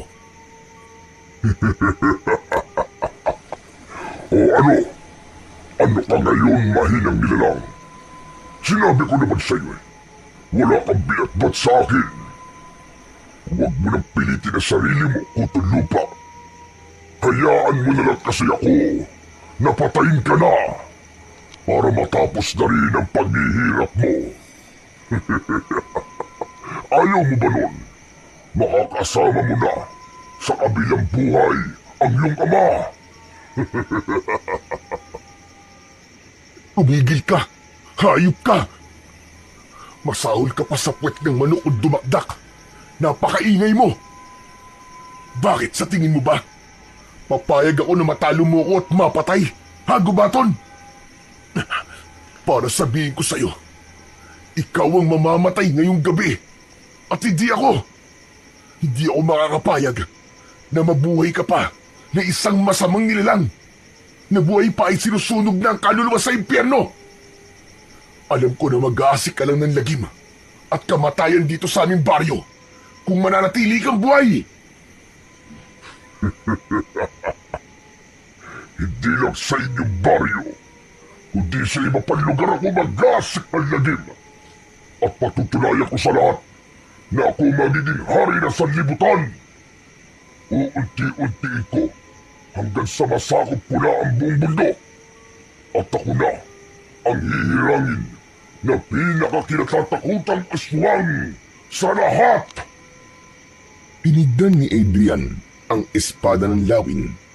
Kinausap niya yon gamit ang kanyang isip. Sinabi niya sa espada na higit niya itong kailangan sa mga sandaling yon. Labis na namangha si Adrian nang tila naunawaan naman siya ng espada dahil bigla yung binalot ng nakakasilaw na liwanag. Para bang may sariling isip ang espada at mabilis yung umangat mula sa lupa at lumipad patungo kay Adrian. Sinalo niya ang espada gamit ang isa niyang kamay. Ano to? Hindi! Paano nasa iyo muli ang espada niyan? Hindi maaari! Ano? Bilib ka ba ha? Sinong kutong lupa? Tsaka hindi ba't sinabi ko sa'yo na ngayong gabi na magaganap ang iyong kamatayan? Magsasama na kayo ng lolo mo si Taning. At sa isang iglap, mas nagliwanag ang espada na may mutya ng pakpak ng lawin. Kaya napaatras ang pinuno ng mga aswang na si Gubaton. Agad namang tumayo si Adrian. Sa muling paghawak ni Adrian sa espada ng lawin, ay may naramdaman siyang kakaibang lakas na dumaloy sa kanyang buong katawan hanggang sa kanyang mga ugat at sa lahat ng himay-himay ng kanyang laman. Ang kanyang likod ay kumibot-kibot, kumirot ng pagkasakit-sakit na animoy may gustong kumawala mula sa loob. At mula roon ay unti-unti nang sumibol ang malalapad na pakpak ng isang lawin. Para siyang isang anghel na bumaba mula sa langit. Nang kumampay ang mga pakpak niya, ay lumikha yun ng malakas na hangin. Sumambulat ang alikabok sa paligid. Ano to? Anong nangyayari? Bakit bigla ka nagkaroon ng pakpak? Imposible ito! Humanda ka na sa iyong kamatayan, hayop ka, Gubaton! Dahil ito na ang rurok ng kapangyarihan ng espada at pakpak ng lawin. Para sa mga taong pinahirapan mo, tinanggalan mo ng mga mahal sa buhay. Sa lahat ng mga naging biktima mo at ng mga alagad mong kapwa mo demonyo. At siyempre, para sa aking ama, na pinaslang mong hayop ka na walang ginusto. Hindi ang mamuhay ang mga tao sa aming baryo ng payapa at tahimik. Hayop ka para sa lahat ng pinaslang mo. Ito na ang katapusan mo! Nagulat si Gubaton sa itsura ni Adrian. Natatakot na lumayo ito sa binata. Maging ang mga alagad nitong aswang ay tumakbo na rin para tumakas. Ngunit hindi pinayagan ni Adrian na mangyari yun. Lumipad siya at pakiramdam niya ay ginagabayan siya ng kanyang espada. Mabilis siyang sumugod papunta kay Gubaton at dinakma niya ito sa leeg gamit ang isang kamay. Isinama niya ito sa kanyang paglipad sa himpapawid. Nang napakataas na sila, ay saka huminto si Adrian. Sa kabila ng pagbubala ni Gubaton, ay hindi nito nagawang makawala sa mahigpit na pagkakahawak ni Adrian. Ano, Gubaton? Sino ang kutang lupang sinasabi mo? Sabihin mo! Tapusin na natin to, Gubaton. Tapusin na natin ang kawalangyaan mo at kademonyohan mo. Wag! Maawa ka sa akin! Hindi ko na uulitin ang lahat ng mga ginawa ko.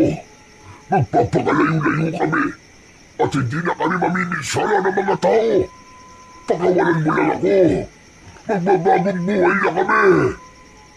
Ibang klase ka ring hayop kay, no?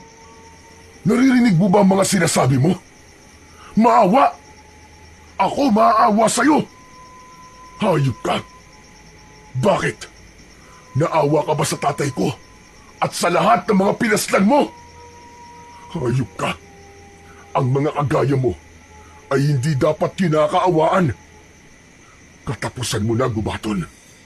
Katapusan mo na! Kahit na anong pagmamakaawang gawin mo, ay hindi nauubra sa akin. Ngayon, kung may alam kang dasal, magdasal ka na sa kapwa mo demonyo. Dahil ito na ang magiging katapusan mo! Walang babalang binitiwan ni Adrian si Gubaton. Malakas itong bumagsak sa lupa. Halos hindi na ito makagalaw habang may dugong lumalabas sa bibig at ilong nito. Matapos yun ay bumulusok pababa si Adrian papunta sa pinuno ng mga aswang at buong lakas niyang itinarak ang espada ng lawin sa dibdib ni Gubaton at pinagdiinan niya pa yon ng gusto hanggang tumagos sa likod nito. Hayop ka!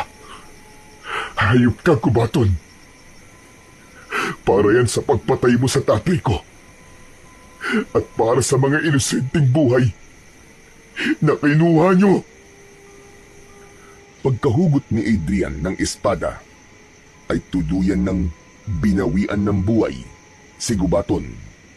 Kasunod nun ay unti-unti nang naglaho ang pakpak ng lawin sa kanyang likod. Luminga si Adrian sa paligid niya at kahit isang buhay na aswang ay wala siyang nakita.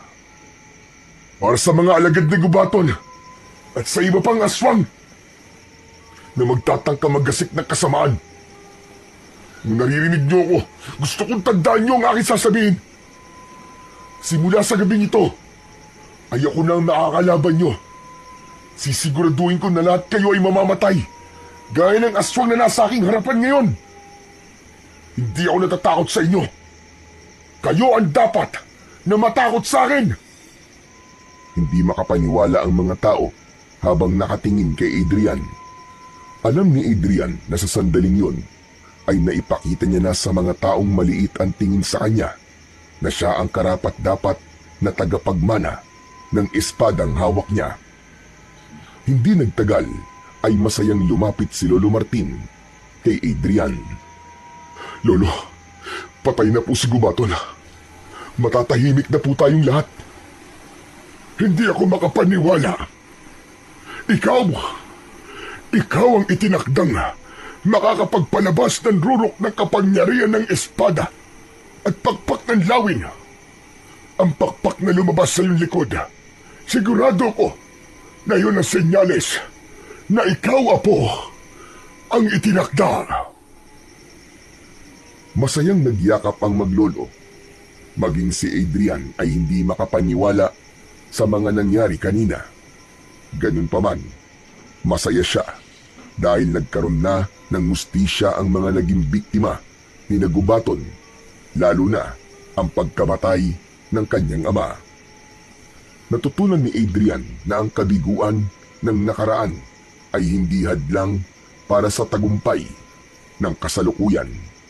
Siya na ang bagong tagapagtanggol ng kanilang baryo at doon niya nalaman na meron siyang halaga.